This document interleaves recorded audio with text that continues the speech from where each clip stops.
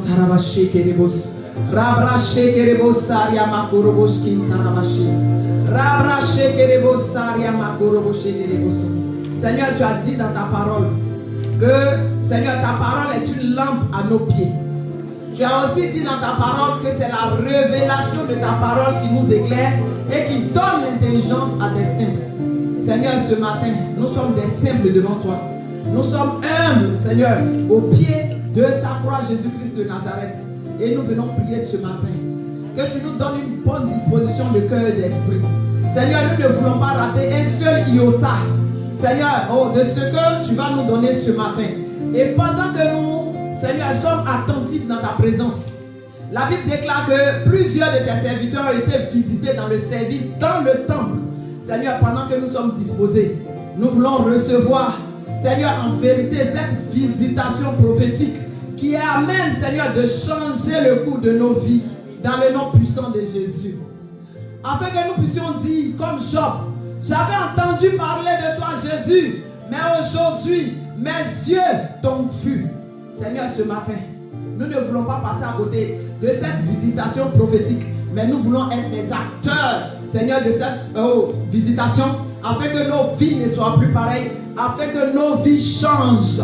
Parce que ce serviteur a dit, dis seulement un mot, et je serai guéri. Seigneur, ce matin, dis seulement un mot, et nous serons délivrés. Dis un mot, et nous serons guéris. Dis un mot, et nous serons restaurés. Dis un mot, et la force du buffle nous sera communiquée. Dis un mot, et l'assurance divine nous sera communiquée. Dis un mot, et la foi nous sera communiquée dans le nom puissant de Jésus. Précieux Saint-Esprit, c'est ton moment encore une fois de plus. Depuis le matin, c'était ton moment. Mais Seigneur, ce moment t'est dédié. Tu es le gouverneur, tu es le maître, tu es le Seigneur. Je veux prier que je sois un canal. Mais pendant que je fais ministère, tu fais ministère dans ma propre vie. Seigneur, je ne veux pas passer à côté de cette visitation prophétique. Que l'esprit du Dieu des prophètes, Seigneur, se manifeste ce matin. Que le Dieu de Maman Monnaie se manifeste ce matin dans le nom puissant de Jésus. Saint-Esprit, déploie-toi sur ton assemblée. Seigneur, quel que soit le symbole que tu veux utiliser ce matin, nous voulons voir ta gloire. Nous voulons voir ta gloire. Saint-Esprit, déploie tes ailes sur ton assemblée ce matin, dans le nom puissant de Jésus. Que l'atmosphère spirituelle change dès cet instant. Nous voulons voir ta gloire. Nous voulons voir ta gloire. Nous voulons voir ta gloire. Dès cet instant, nous nous effaçons. Nous te laissons la latitude dans le nom puissant de Jésus-Christ de Nazareth. Tu es la seule promesse que Jésus nous a laissée. Alors ce matin, toi l'esprit de la résurrection, tu viens ressusciter le prophétique dans nos vies, dans le nom puissant de Jésus. Que l'onction prophétique coule. Seigneur, pendant que nous sommes là, aucune personne n'aura ces pensées qui vont végéter, Seigneur, loin de ta présence. Merci pour ta présence et ta puissance déployée au travers de cette parole qui vient, Seigneur, comme une eau fraîche pour nous désaltérer ce matin dans le nom puissant de Jésus. Cette parole vient, Seigneur, nous donner, Seigneur, au Père, de l'énergie nouvelle pour la course qui se présente devant nous. Sois exalté, sois magnifié, toi Saint-Esprit. L'Esprit de Jésus, l'Esprit du Dieu vivant. Que l'honneur, la gloire, la magnificence te soient rendus au siècle des siècles. Amen. Est-ce que quelqu'un est là ce matin? Amen. Est-ce que tu es prêt à recevoir ta visitation prophétique ce matin? Alléluia. Amen. Bien-aimés, comme on le disait dimanche dernier, soyons des chrétiens qui vivent la parole. On vit Christ dans nos vies. On vit la parole de Dieu dans nos vies. Matérialisons. Une chose, c'est de connaître la parole. Une chose, c'est de mettre la parole en pratique. Et ça compte avec le prophétique. Parce que dans la Bible, nous avons vu des gens faire. Nous avons vu Jésus faire fonctionner. Donc, on s'appuie sur ces choses. Et selon comment l'Esprit conduit, on les applique dans nos vies et nous avons le résultat. La foi sans les œuvres est morte. Amen. Mais la foi avec les œuvres est vivante. Donc le prophétique aussi compte avec la foi. Donc on a dit que le dimanche dernier, Jésus est ressuscité. C'est comme on célèbre les anniversaires. Quand on dit chaque 5 février par exemple, je fête mon anniversaire, ça ne veut pas dire que c'est le 5 février 2026 que tu es né. Tu es né bien avant. C'est la même chose. Jésus a ressuscité il y a 2026 ans. Ça fait longtemps. Mais nous, en tant qu'Église, on matérialise pour nous souvenir. Parce que la répétition est pédagogique. Mais ça ne veut pas dire que c'est depuis longtemps qu'on est chrétien. Jésus a ressuscité que le dimanche. Donc nous nous appuyons sur cette commémoration pour comprendre que, mais de toute façon, Christ est déjà notre Pâque de tous les jours. Il est notre résurrection de tous les jours. Et donc nous devons nous appuyer sur cela pour continuer notre vie chrétienne. Donc normalement, de la résurrection jusqu'à son ascension, ça doit être des temps de remise en cause et de remise en question pour nous en tant que chrétiens. C'est chaque jour. Pour des gens, c'est le soir au coucher. On évalue nos vies. Qu'est-ce qu'on a fait de la journée? Qu'est-ce qui était bien? Qu'est-ce qui n'était pas bon? Il y en a qui le font de manière hebdomadaire. Il y en a qui le font de manière mensuelle, trimestrielle et tout. Moi, ce que je conseille, c'est chaque jour. Amen. Que nous devons venir au pied de la croix. La preuve, c'est chaque jour que nous faisons la repentance. Parce que nous savons que nous péchons. La Bible dit qu'il n'y a rien de bon dans la chair. Il n'y a rien de bon. Ce sont les œuvres de la chair simplement dans la chair. C'est l'esprit qui vient vivifier. Donc, dans la chair, il y a les jalousies, il y a les critiques, il y a les animosités, il y a les calomnies, il y a toutes ces choses. Les excès de table. Ces choses qui viennent combattre l'esprit. Donc, après la résurrection de Christ, ça doit être des temps de remise en cause. Est-ce que depuis que je suis chrétien, est-ce que je suis en train d'accomplir ce que Christ veut pour moi? Depuis que je suis chrétienne, est-ce que je suis vraiment dans la vraie dynamique de Dieu? Et on a le Saint-Esprit qui est la boussole pour nous faire comprendre que soit on est sur le chemin ou bien on est en dehors du chemin. Mais en tout état de cause, nous sommes là pour être améliorés. Parce que 2 Corinthiens 3,18 que nous récitons chaque jour. C'est chaque jour que nous contemplons Jésus, nous sommes transformés en la même image. Donc, résurrection pas ou résurrection, on ne doit pas, date anniversaire de résurrection pas, on n'attend pas un jour particulier pour faire cette introspection afin d'être agréable à notre Dieu. Nous ne voulons pas ressembler à Satan, nous voulons ressembler à Dieu. Donc, pour ressembler à Dieu, nous devons le suivre et marcher dans ses voies. Amen. Donc, cette introspection vient comme une vidange. Tout le monde sait ce qu'on appelle la vidange. On matérialise, c'est les voitures. À un moment, il y a de l'huile qui s'encrasse et tout ça, ça devient sale. Ça vient salir tous les filtres. Si on ne fait pas attention, le moteur peut prendre un coup. C'est la même chose pour nous. On ne faut pas laisser, c'est pour ça, c'est en cela qu'on dit de ne pas demeurer dans le péché. C'est en cela aussi qu'on dit de prier chaque jour, parce que quand tu pries, que tu vas au pied de la croix, tu fais la repentance, Dieu efface tes péchés et le Saint-Esprit vient reprendre sa place. Et ce Saint-Esprit qui vient en toi va te permettre de triompher sur le péché. Ce n'est pas une question de je viens Seigneur, je te demande pardon parce que je ne vais pas voler encore, et puis demain on va voler, puis après demain on vient voler. Ça ne marche pas comme ça. Quand tu fais la repentance, c'est en vue de te détourner du mal, en vue de te détourner du péché. Parce que c'est le péché qui nous affaiblit. Si tu veux être un chrétien victorieux et que tu vis dans le péché, les démons vont triompher. On peut continuer. Amen. Nous allons prendre Matthieu. Quelqu'un prend Matthieu 22, 1 à 11. Quelqu'un d'autre prend Marc 11, 1 à 10. Quelqu'un d'autre prend Luc 19, 28 à 40.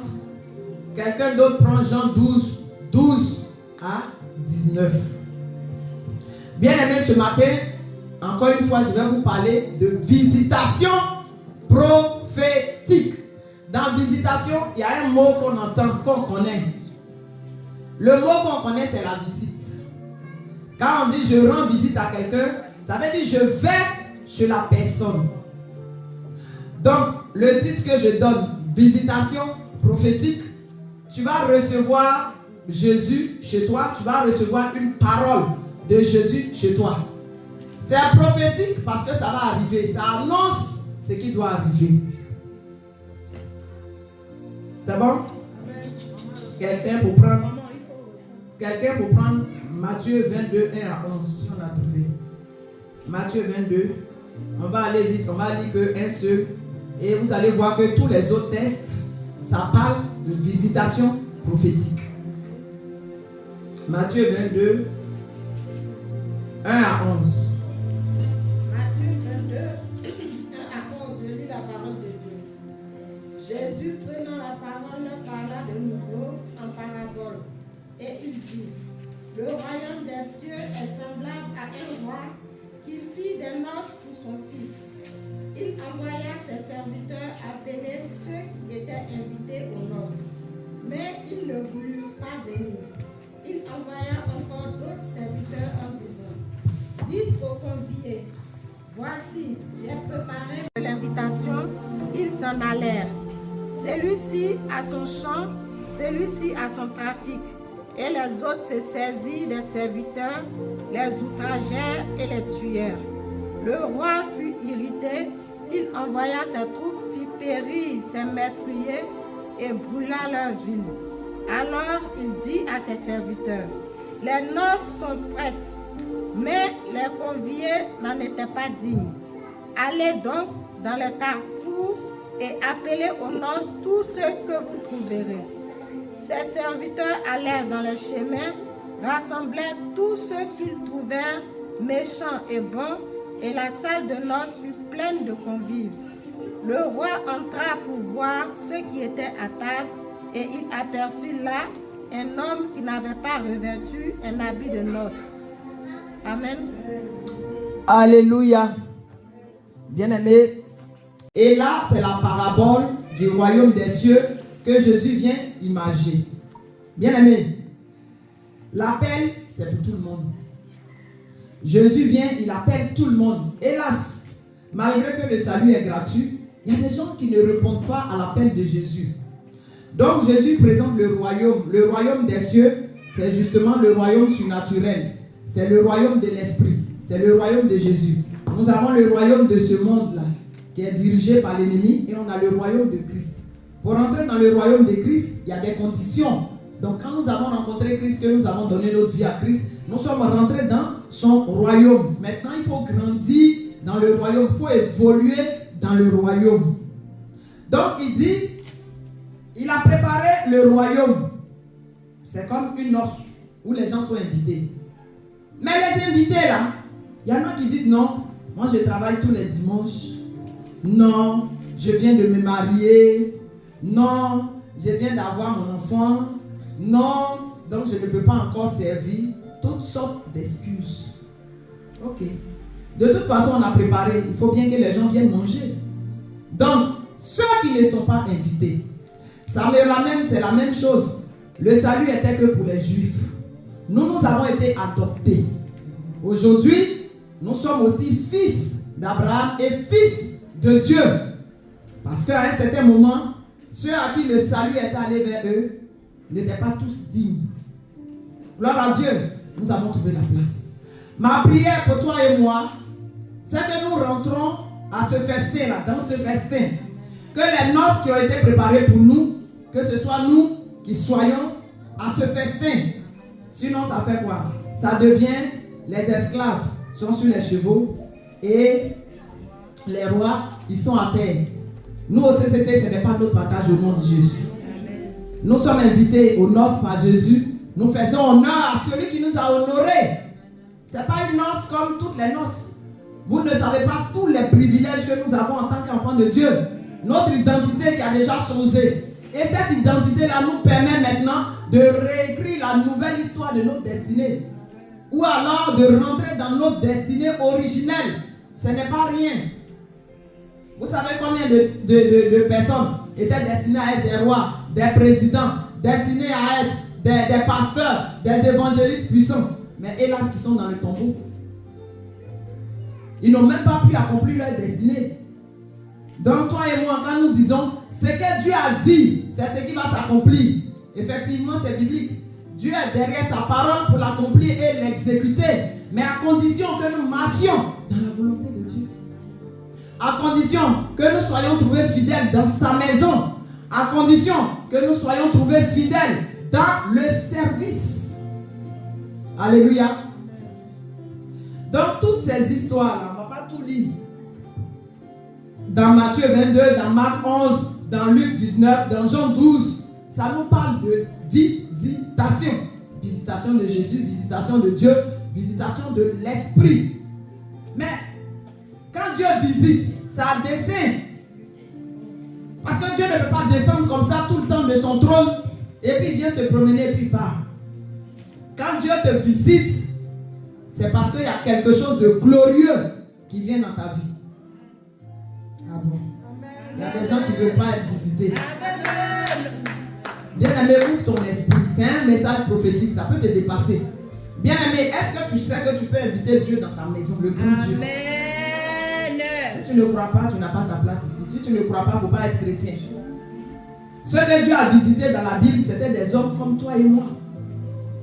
Mais c'est quoi qui fait la différence entre deux chrétiens? Encore une fois, l'autre est plus consacré. Plus tu es consacré, plus tu entends la voix de Dieu. Plus tu es consacré, plus tu as des instructions de Dieu. C'est la même chose comme ceux qui étudient. Plus tu étudies, plus tu deviens fort. C'est des principes qui sont pareils. Que ce soit dans le règne spirituel comme dans le monde physique.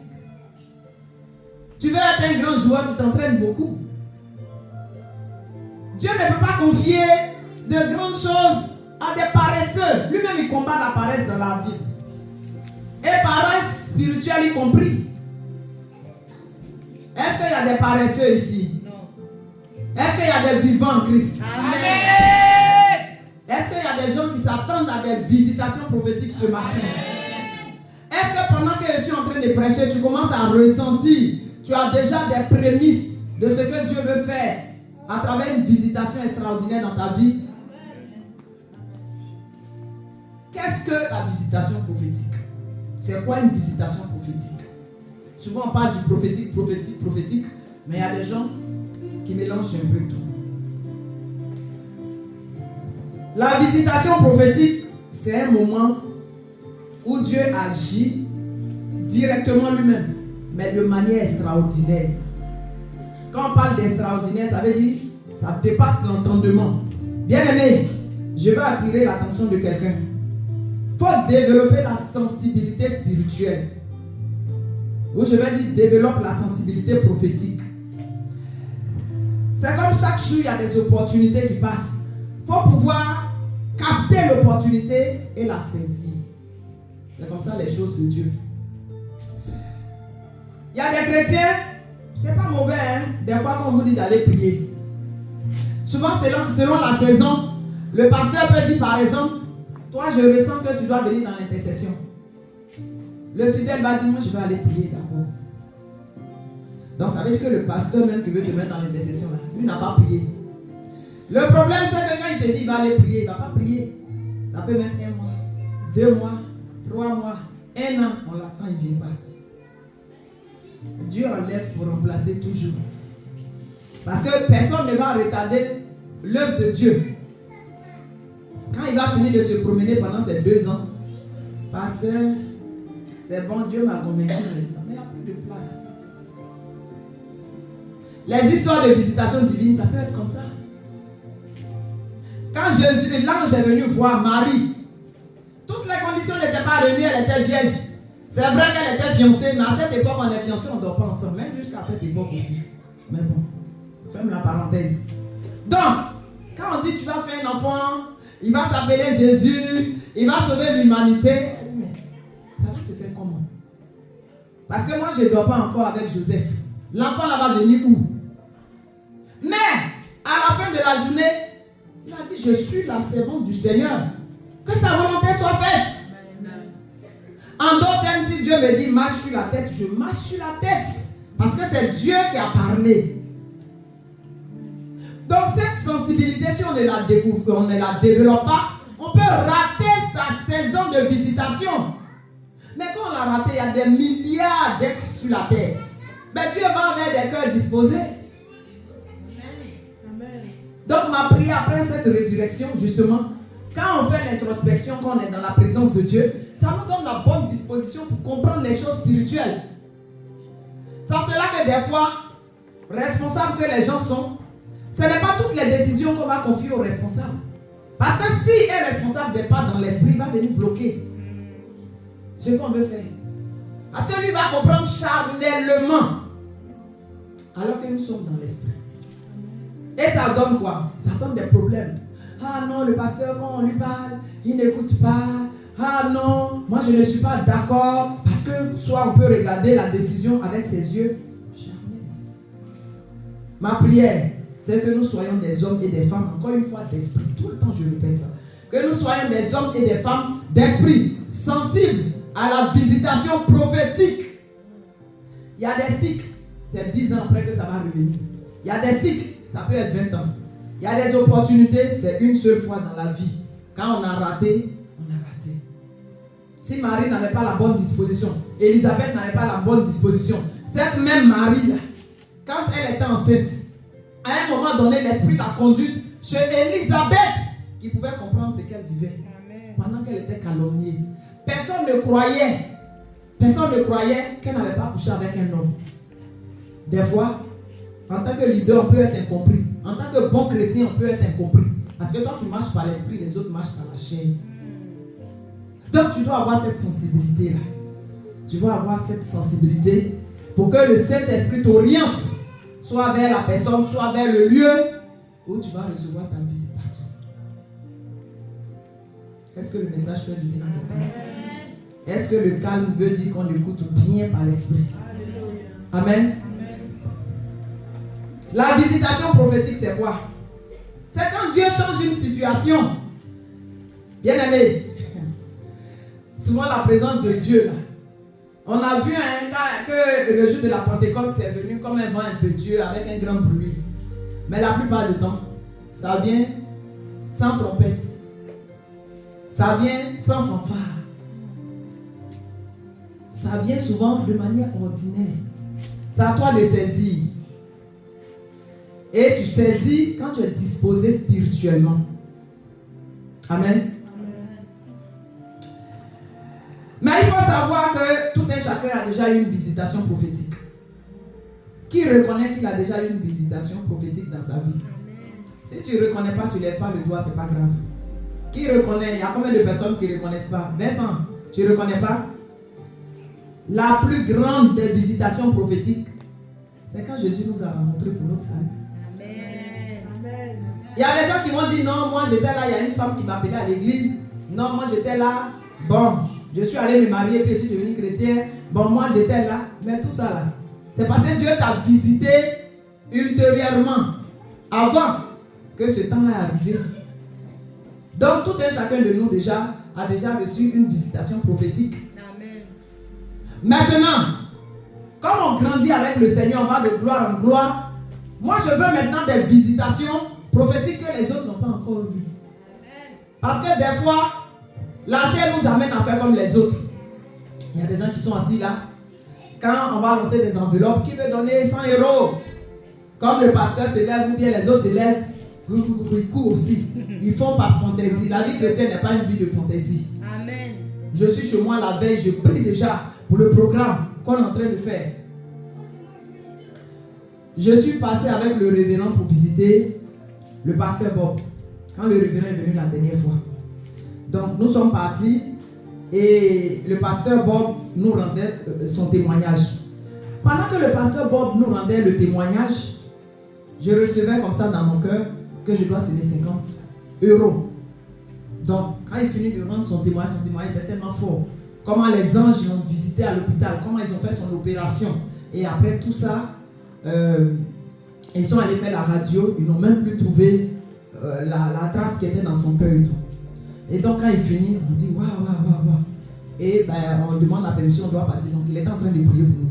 Lorsqu'il dit amen, le prophète assis là, et il dit après une telle prière, je vais semer 50 €. Pendant que moi je suis en train de chercher les 50 € dans le sac. Vous voyez comment le Saint-Esprit travaille? On ne s'est même pas entendu. Donc ça, c'est un exemple parmi tant d'autres. Parmi tant d'autres. La même chose s'est passée le vendredi nuit, je crois. À 3h du matin, je me suis réveillée. Je suis allée me soulager en venant. L'esprit m'a poussé à aller dans ma bibliothèque pour prendre 7 livres. Et c'était la bibliothèque de Pasteur Dag. Donc j'ai pris les 7 livres. Quand je suis allée sur le lit là-bas, je disais, je n'ai même plus le temps maintenant de lire, c'est un peu compliqué. Entre ma Bible et puis les autres livres, des fois je privilégie plus ma Bible. Et avant de commencer à prier, j'ouvre mon portable pour voir l'heure. Et puis je vois que le prophète Atta m'a envoyé un message. Donc, j'ouvre le message. C'est le même pasteur que j'ai pris ses livres. Tout ça, ce n'est pas des coïncidences en fait. Le même pasteur Dag que je venais de prendre ses 7 livres dans la bibliothèque, qui est en Côte d'Ivoire et qui est en train d'animer un séminaire ou une conférence. Donc déjà quand j'ai vu, déjà je suis allé prendre 7 livres. À 4h du matin, je suis allé prendre 7 livres. Et puis c'est le même, l'auteur de ces livres. Et j'ouvre le message. Avant qu'il ne commence sa prédication, il commence à parler des livres. Que c'est important de boire les livres. Parce que dans la parole, le prophète avait avalé le rouleau du livre. De ne pas lire les livres, mais d'avaler. Et il commence à exhorter sur les livres. Bien aimé, ce n'est pas visitation prophétique qui est là. Et tout de suite, j'ai écrit au prophète pour lui dire vraiment que Dieu te bénisse. Et c'était cette petite partie que Dieu avait voulu que j'écoute. Parce que je me posais des questions. Pourquoi je suis allé prendre 7 livres et tout ça. Donc Dieu veut m'emmener dans une saison où je dois beaucoup lire. Toutes les visitations prophétiques, c'est comme ça. Ça part des choses anonymes. Mais derrière l'obéissance, on voit la gloire de Dieu. Souvent l'esprit nous pousse à faire des choses, nous-mêmes on ne comprend pas pourquoi on fait. Mais la sensibilité, tu peux entendre la voix. La sensibilité, tu peux être poussé à faire quelque chose sans savoir pourquoi tu le fais. Tu n'as pas entendu forcément une voix. Mais au fond de toi, tu as cette conviction. Tu as le cœur qui bat. Tu sais que tu dois faire cette chose. C'est bon? Amen. Mais il faut savoir que les visitations prophétiques sont tellement bien. Parce que chaque fois qu'il y a visitation prophétique, il y a des transformations. Quand Dieu te demande de faire une sémence de foi, par exemple, pour un enfant que tu attends, sache que quand tu fais dans le spirituel, tu as arraché ton enfant. Amen. Et dans les temps qui viennent, ça peut dépendre de comment Dieu conduit. Si tu es bien disposé, que tu as déjà bien prié pour ça, dès que tu fais la sémence de foi, tu vois ton miracle. Si tu n'es pas encore préparé, que tu es encore désorganisé dans ton système, Dieu peut te donner le temps. Bien vrai qu'il t'a exaucé, mais il va te donner le temps que tu mettes les choses en ordre pour que tu puisses conduire cette grossesse à bien. Parce que toute bénédiction vient bouleverser le courant aussi de nos vies. Donc tu sais qu'une grossesse par exemple, ça va venir avec des malaises, tu ne fais plus ce que tu veux, sachant que chez toi tu n'as pas de fille de ménage et tout. Donc c'est le temps que tu as mis dans la prière qui va te donner cette force supplémentaire pour pouvoir gérer la nouvelle responsabilité qui t'incombe. Ça va venir même maîtriser tes humeurs, tes émotions par rapport aux autres membres de la famille. Parce que si ton miracle que tu as cherché là, ça doit venir déranger aussi les gens. Parce que c'est toi qui es toujours de mauvaise humeur, il y a un problème. Les bénédictions de Dieu ne sont pas suivies de chagrin. Amen. Amen. Chaque visitation prophétique amène une révélation. Révélation, ça vient être comme la lumière qui va être une situation cachée. C'est un mystère. C'est en cela que quand les situations se passent, un bon chrétien doit prier, Seigneur, cette situation-là, qu'est-ce que ça signifie? C'est vrai, souvent, on est là, on attaque Satan. Pour toutes les portes fermées, c'est Satan. Oh, Satan m'a fermé la porte. Oh, Satan m'a empêché d'aller. Mais des fois, c'est Dieu qui peut nous refermer aussi des portes pour nous-mêmes, notre propre protection. Pour nous sauver. Si Dieu sait que cette porte-là, ça va nous avaler, il laisse fermer. Du coup, en tant que chrétien, qu'est-ce qu'on fait? Face à une situation, on demande la lecture spirituelle. Et après, maintenant, on demande la solution dans la prière. Et c'est quand Dieu te donne la solution que tu règles la situation. Les chrétiens, on est tellement pressés. Oh Satan, je te découpe, je te pile, je te brûle. Satan. Et des fois, on n'a pas cette clé. Les choses spirituelles, c'est des clés. Et la visitation prophétique vient comme une clé. Il y a beaucoup de portes. Tu peux avoir beaucoup de trousseaux de clés. Mais si tu n'as pas la vraie clé pour ouvrir la porte, est-ce que tu peux rentrer? Paul a dit, il y a une grande porte qui m'est ouverte. Mais mes ennemis sont nombreux. Mais si c'est dans le secret que Dieu t'a parlé, que tu as préparé, tu sais que la porte sera grande, tu dois savoir que tes ennemis seront nombreux. Ça ne vient pas te tomber dessus. Tu es préparé déjà à ça. Et tu marques la rébellion. Amen. Par le sang et par le nom de Jésus. Amen. Amen. Amen.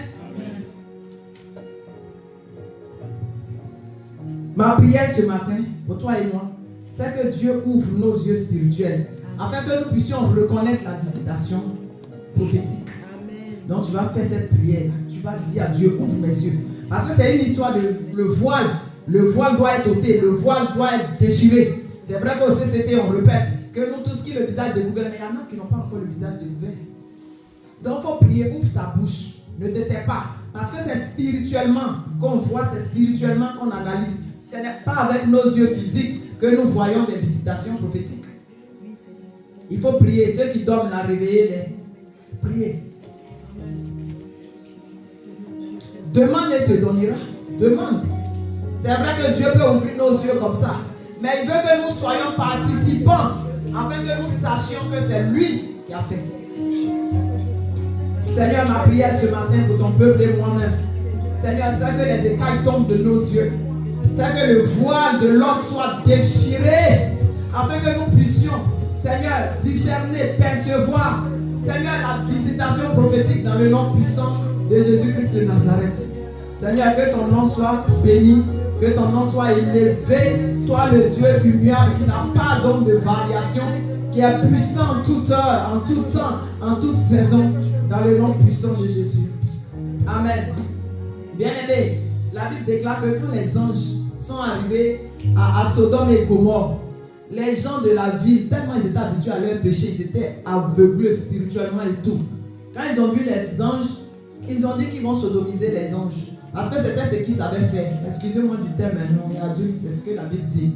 C'est ce qu'ils savaient faire. Ils n'ont même pas reconnu que c'est des anges qui sont venus dans leur présence. Vous voyez comment c'est grave de ne pas discerner spirituellement. Et de nos jours, c'est ce qui se passe. Il y a des gens qui prennent les bienfaiteurs pour des ennemis. Et ils prennent les ennemis pour leurs meilleurs amis. Parce qu'on n'a pas le discernement. Donc la prière pour nous. Et après, ça donne quoi? Ça donne une grande blessure au point qu'on ne veut plus faire confiance à n'importe qui, même à son frère de même sang, même à sa soeur de même sang, même à tout le monde. Parce qu'on loge tout le monde à la même enseigne. Donc que Dieu nous aide, qu'il nous donne cette sensibilité prophétique, cette sensibilité spirituelle. Parce que lorsque nous l'avons, nous évitons beaucoup d'erreurs. Mon bienfaiteur, ma mère spirituelle, même si la Bible dit qu'il peut avoir des petits problèmes, je dois reconnaître que c'est Dieu qui nous a mis ensemble là. Donc il y a des écarts que je ne dois pas avoir. Alléluia. Amen. Alléluia. Amen.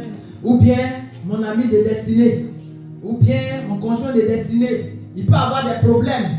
Mais si je sais que c'est un conjoint de destinée, je peux tout faire. Si c'est moi qui ai plus la sensibilité prophétique, je peux tout faire pour que la relation marche. Donc c'est important. C'est important d'avoir des visitations prophétiques. C'est vraiment important. Ça vient décanter des situations. La visitation prophétique, il faut savoir qu'on doit réclamer. Il faut réclamer. Dans tout, il faut prier. Dieu peut faire sans prière. Mais quand tu fais avec la prière, ton témoignage est plus fort. Et ça t'augmente même la foi. Parce que tu sais que tu as prié par voix. Mais dans la vraie vie, c'est qu'on a facilement, on jette facilement. Mais quand tu sais que tu as souffert pour avoir quelque chose, tu gères ça. Samuel.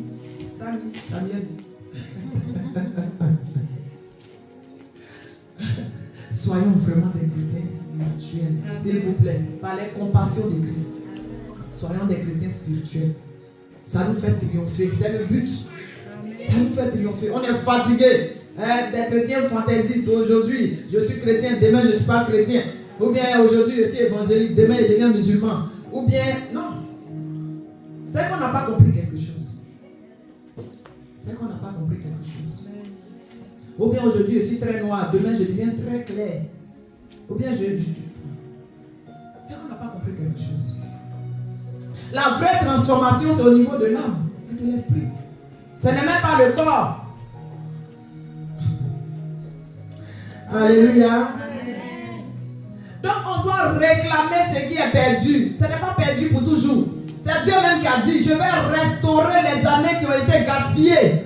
Donc ça veut dire qu'il y a des années qui peuvent être gaspillées parce que je n'ai pas su discerner ma visitation prophétique. Comme Jérusalem, Jésus pleurait sur Jérusalem. Jérusalem qui n'a pas reconnu le moment où il a été visité. Et quand vous voyez dans la parole, il y a des moments où Jésus passe, il ne fait pas de miracle. Parce que les gens ne le considèrent même pas comme un prophète, on ne le considère même pas comme Dieu. Mais je vais faire le miracle là, c'est pourquoi. J'aime des versets particuliers, ceux du peuple qui connaîtront leur Dieu feront des exploits. Et c'est ceux-là qui seront fermes, peu importe ce qui peut arriver, peu importe les vents. Je suis chrétien à vie, je suis chrétien à vie. Je suis avec Jésus jusqu'à son retour. Amen. Si Dieu m'a convaincu, si j'ai eu la visitation prophétique que c'est mon église, peu importe ce qui peut arriver, c'est mon église, je suis là. Amen. C'est là que je dis à qui iront. J'ai déjà eu ma visitation, Dieu m'a dit c'est ici. Sinon ça donne quoi? On s'en va faire Ismaël au lieu de faire Isaac. Que Dieu nous aide. Amen. Les biens fondés de la visitation prophétique. On a dit que ça vient provoquer l'accélération divine. J'avais déjà dit ça. Non? Non. Ça vient provoquer l'accélération divine de la destinée. Dans le plan de Dieu, tu étais né à tes 30 ans. Tu devais être puissant sur la terre. Peut-être que la personne n'a pas vite compris. Et quand la personne prend conscience, vous dites, mais attends, j'ai l'impression que je suis en train de nager à sous-régime. Parce qu'on le ressent. Quand tu n'es pas en train de vivre la vie que Dieu veut que tu vives là, tu sens que tu n'es pas à l'aise, tu sens que tu n'es pas à ta place. Tu sens qu'il y a quelque chose de mieux que tu peux faire. Tu sens. Donc quand la prise de conscience vient, que tu dis, Seigneur, j'ai assez perdu du temps. Seigneur, j'ai besoin d'une visitation prophétique. Quand la visitation prophétique va venir, ça peut être sous forme d'instruction. Dieu peut te dire par exemple, c'est pour ça que je vous dis que les instructions, ça peut être des plus absurdes jusqu'à tout ce que vous voulez, des plus logiques. Dieu peut te dire par exemple, fais à manger. Moi j'ai eu cette instruction il y a des années, tous les 31 décembre, je faisais à manger pour l'église. On était 200 personnes. C'était mon action de grâce par rapport à mon travail. Je l'ai fait durant plusieurs années. C'est même pas le pasteur qui m'a dit. Vous voyez? Et quand je faisais, je voyais comment je m'élargissais dans le travail. Amen. Donc, une seule visitation prophétique que tu as saisie, ça va venir accélérer ta destinée. Parce que c'est ce que Dieu a prévu pour toi. Amen. Malheureusement, il y a des gens qui vont chercher au mauvais endroit. Non, je vais aller consulter. Non, je vais aller faire des sacrifices de l'autre côté. Mais tu es le créateur de Dieu. Tu es la créature. Pas le créateur. Tu es la créature de Dieu. C'est Dieu qui tient ta destinée entre ses mains. Ce n'est même pas l'ennemi. C'est l'ignorance qui fait que des fois, on va vers la mauvaise personne. Donc quand on prend conscience, c'est à Dieu qu'on a recours, c'est à Dieu qu'on se réfère. Parce que c'est son seul mot là qui peut nous faire rattraper les 10 ans perdus, les 15 ans perdus, les 30 ans perdus. Celle qui a dit Amen, elle reçoit le nom de Jésus. Amen. Amen. La visitation prophétique vient ouvrir la porte aussi à une élévation spirituelle. Bien aimé, quand tu as prié que Dieu t'a donné une instruction, est-ce que tu peux rester la même ou le même? Tu as compris que quand on monte dans les montagnes, c'est puissant. Donc je ne descends plus, je vais toujours monter. Donc la visitation prophétique vient donner une élévation spirituelle. La Bible dit l'élévation ne vient ni de l'Orient, ni de l'Occident. Mais l'élévation vient du très haut. Il s'appelle El Elyon. C'est Dieu qui élève. Ce n'est pas le diable qui élève. Bien-aimé, ma prière ce matin, c'est que tu reconnaisses ta saison de visitation. C'est que tu reconnaisses ta saison de visitation et que tu la saisisses au nom de Jésus. Amen. Dieu fait chaque chose dans sa saison. Dieu fait chaque chose dans son temps, selon Ecclésiaste. Ça veut dire qu'il y a un temps pour ta visitation prophétique. Donc ce temps-là, il ne faut pas rater. Vous voyez, beaucoup sont experts dans les saisons en Europe. Ça, c'est sur le plan même physique. Et pour chaque saison, ils prennent des dispositions. En hiver, on va prendre des dispositions pour déneiger, pour porter des doudounes, pour porter des chaussures et tout ça pour ne pas avoir froid. Mais quand on est un chrétien spirituel, pas chrétien charnel, on doit comprendre, tu ressens dans l'esprit que la saison là qui vient là, c'est une saison qui va être bénie. Tu ne sais pas comment. Mais ça, c'est des choses aussi on ne peut pas expliquer, on ne peut pas mettre un mot dessus parce que ça c'est vie. Est-ce qu'il y a quelqu'un qui ressent dans l'atmosphère que son temps de visitation arrive? Visitation prophétique. Est-ce que quelqu'un ressent? Que Dieu te bénisse. Alléluia.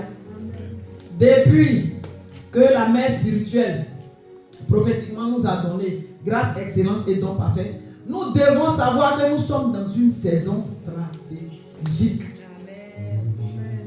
L'année prochaine, c'est un autre slogan. Vous savez que chaque année, c'est comme ça. Quelqu'un va être assis là, il va me dire, mais depuis on donne les slogans là, moi je ne vois pas. Quand on était à l'école, on a fait théorème de Pythagore, on a fait triangle, il y a des calculs qu'on a fait, qu'on a grandi, on a eu l'impression que ça ne nous servait pas. Mais allez-y demander au géomètre, si ça ne leur sert pas. Qu'est-ce que je veux dire par là? On est dans le prophétique. Hein? Ceux qui aiment écouter en bas là. Qu'est-ce que je veux dire par là? L'année passée, c'était quoi le slogan?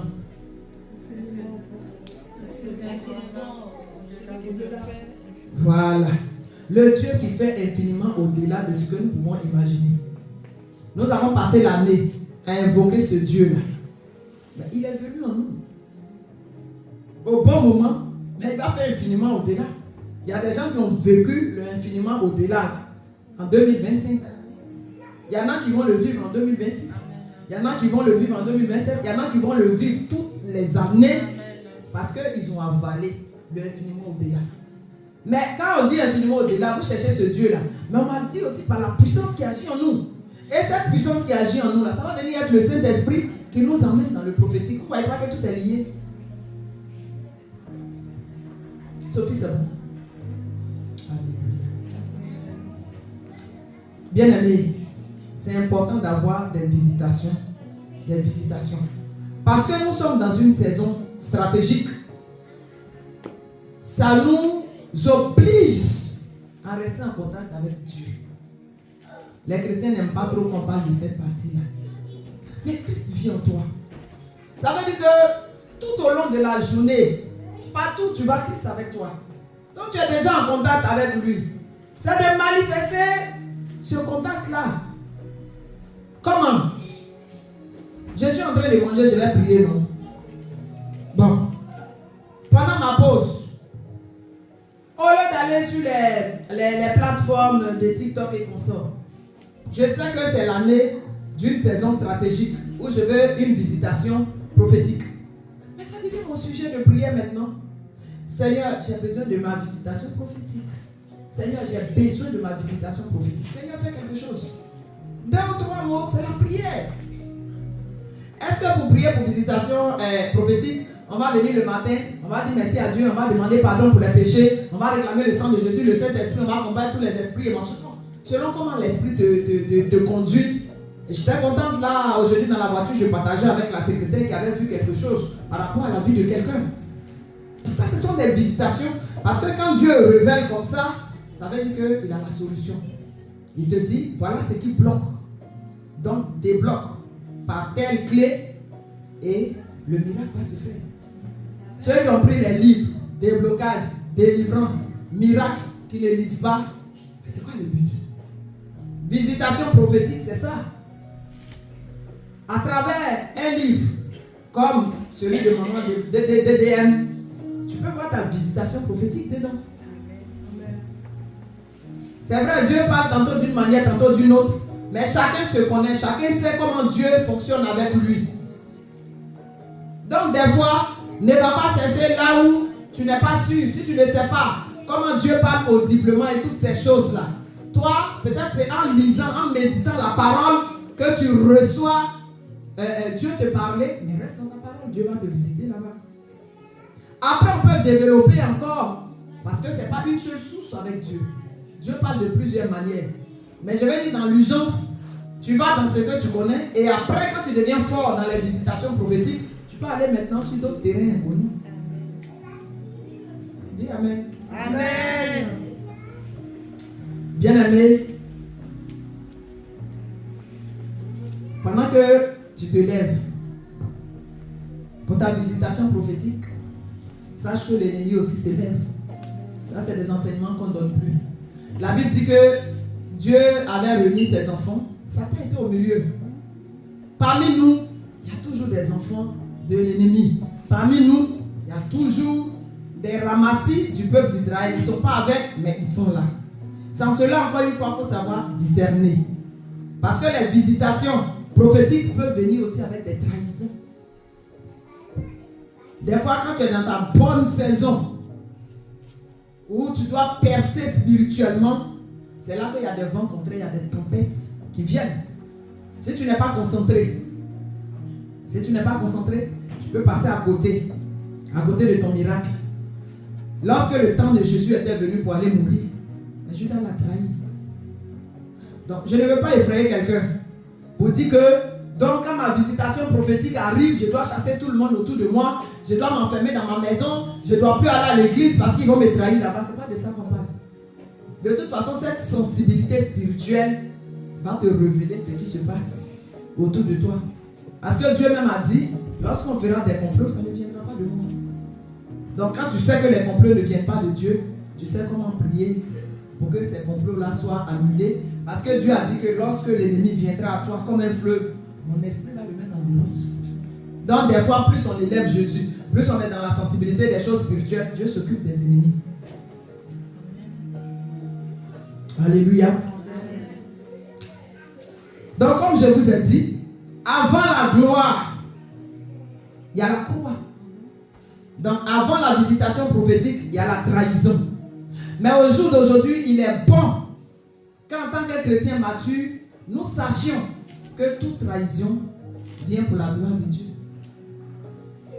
Mais dis Amen. Ou bien c'est toi le Amen. Amen. Donc ouvre juste les yeux. Ouvre juste les yeux pour ne pas que tu te trompes de combat. Donc toute trahison en Christ est utile. C'est utile. Les trahisons sont utiles. Les trahisons font partie de la vie chrétienne. Des fois, pour recevoir un certain niveau spirituel, pour recevoir encore un escalier du succès, ça passe par le rejet, ça passe par l'abandon, ça passe par la trahison et toutes ces choses. Mais quand tu tiens ferme, quand Dieu enlève, il remplace par quelque chose de meilleur. Donc, avec notre vie spirituelle, c'est des expériences qu'on a vécues. Ça ne veut pas dire que c'est nous qui allons chercher les problèmes. Ça veut dire que c'est les problèmes qui viennent nous trouver à cause de la gloire que nous portons. Amen. Alléluia. Amen. La bonne nouvelle que je vais annoncer à quelqu'un ce matin, c'est que cette semaine, Dieu va faire la différence entre ceux qui le suivent et ceux qui l'acclament. Amen.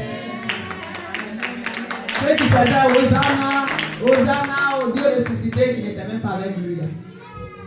De côté. C'est lui qui sonde les cœurs. C'est lui qui sait tout. Comme je vous disais, c'est lui qui sait le vrai adorateur. Donc, quand dit je bénis Dieu, lorsqu'on faisait l'intercession, c'est le passage que tu avais reçu. Donc, ma prière, c'est que nous soyons parmi ceux que Dieu va honorer. Parce que notre adoration est en esprit et en vérité. On aime Dieu, on a aimé Dieu même avant qu'il commence même à faire les grandes choses pour nous. Parce que Dieu, justement, lorsqu'il nous a visités dans notre salut, nous avons compris que le prix même de sa vie qu'il a payé, c'est trop grand. Aujourd'hui, je ne le sais pas parce qu'on m'a dit que quand tu viens en Jésus, tu as un mari, ou bien quand tu viens en Jésus, tu as un enfant. Mais quand j'étais dans le ventre de ma mère, c'est à moi seul il a parlé. C'est à moi seul il a visité. Est-ce que j'étais dans une grosse voiture d'abord? Qu'est-ce que la voiture, le matériel là, vient chercher dans mon adoration avec Christ? Mais la bonne nouvelle, c'est que j'ai compris que si j'ai trouvé Christ, j'ai tout eu. Parce que tout est pleinement en lui. Alléluia. Bien-aimé, pour finir, tu dois discerner. Dans la saison de visitation, tu dois discerner 3 choses qui seront suffisantes. 3 choses. La première chose, ne passe pas à côté de ta saison. Tous les messages que nous prêchons en ce moment, qui parlent de grâce, qui parlent, si moi je suis un chrétien ou une chrétienne avisée, marchant par l'esprit, je dois comprendre que je suis dans la saison même. Que ma saison, ce n'est pas des années encore après. Je suis dans ma saison. Si tu es dans ta saison, tu dis Amen. Amen. Et parce que je suis dans ma saison, je ne dois pas la rater. Mais ce n'est pas une seule saison de visitation dans la vie chrétienne. C'est beaucoup. Parce qu'on a plusieurs domaines dans lesquels Dieu peut nous visiter. Mais comme on dit, il y a une porte principale qui s'ouvre. Et cette porte-là, ça vient ouvrir les portes secondaires. C'est bon? Ça veut dire que cette année, comme je suis dans la saison de grâce excellente, c'est la grâce qui va ouvrir la porte à mon mariage. C'est la grâce qui va ouvrir la porte à ma prospérité.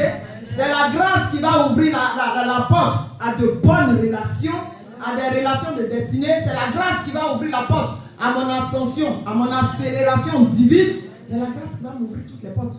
Donc je me concentre sur la grâce. C'est la grâce qui a fait que Esther est rentrée au palais. Elle n'avait ni beauté ni éclat.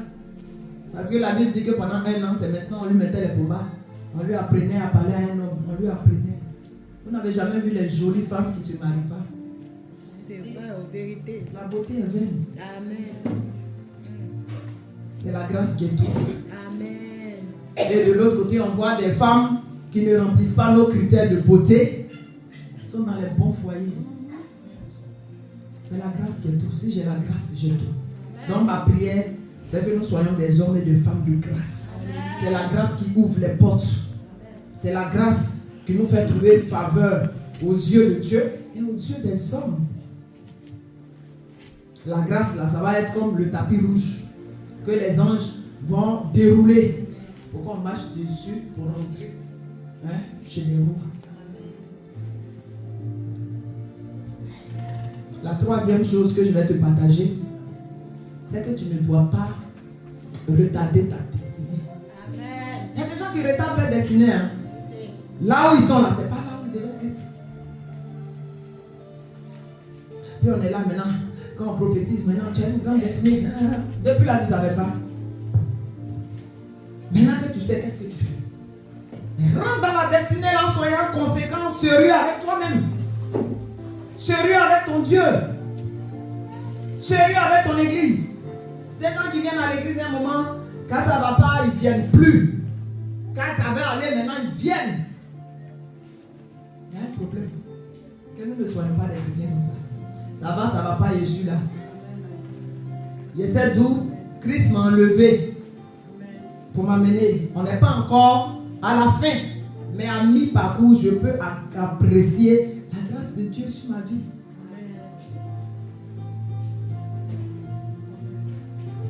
On va se lever.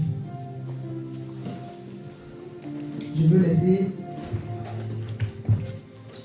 une parole d'encouragement. Vous savez, notre Dieu, il ne fait point d'acception de personne. Dieu aime tout le monde. Mais là où il y a la différence, il veut des cœurs disposés. Dans d'autres versions, on va dire des vases aptes. On va dire des vases qui sont prêts. C'est la bonne disposition là qui fait que des fois on en plein culte, il y a des anges qui viennent. pour visiter. Mais il y a des gens, pendant que les anges sont là, ils sont dans Facebook. Pendant que les anges sont là, il est en train de réfléchir après le culte, comment il va retrouver sa copine. Des choses comme ça, là, vous voulez que des anges... voyez. Alors que quand tu es disposé en esprit, en vérité, il y a la louange. Si je ne veux pas danser, je suis assise, je regarde, j'écoute, je suis en esprit. Ce n'est pas l'occasion de me promener, de rigoler. Bon, on peut rigoler dans la maison de Dieu, ce n'est pas ça le problème. Mais soyons toujours en esprit. Je suis dans la présence de Dieu, je suis en esprit. On n'a même pas besoin de me dire non, ne te promène pas. Non, reste concentré. Je suis concentré. Je suis déjà concentré. Je suis là pour rencontrer mon grand roi, mon grand Dieu. Quand je vais dans le bureau de mon patron, je ne vais pas manger un chinois comme ça. Pendant que le patron parle, tu es là, tu es dans ton Facebook. Mais pourquoi avec Dieu on fait ça? Parce que Dieu est tout amour. Mais il est fait dévorant aussi. C'est en cela que sa visitation prophétique là, il visite ceux qui sont disposés. Il est le Dieu juste. Et il n'y a pas de problème dedans. Mais comme au CCT, nous sommes des vases disposés, je crois que nous aurons tous nos témoignages avant d'ici la fin de l'année. Nous allons prier. Amen. Alléluia. Bien-aimé, tu vas déjà bénir Dieu. C'est ça. Le prophétique, ça t'annonce et tu te prépares. Vous imaginez ceux qui ne viennent pas à l'église. Souvent, ta bénédiction est là, tu dois te marier cette année, tu ne sais pas. Tu es dans les distractions à gauche, à droite.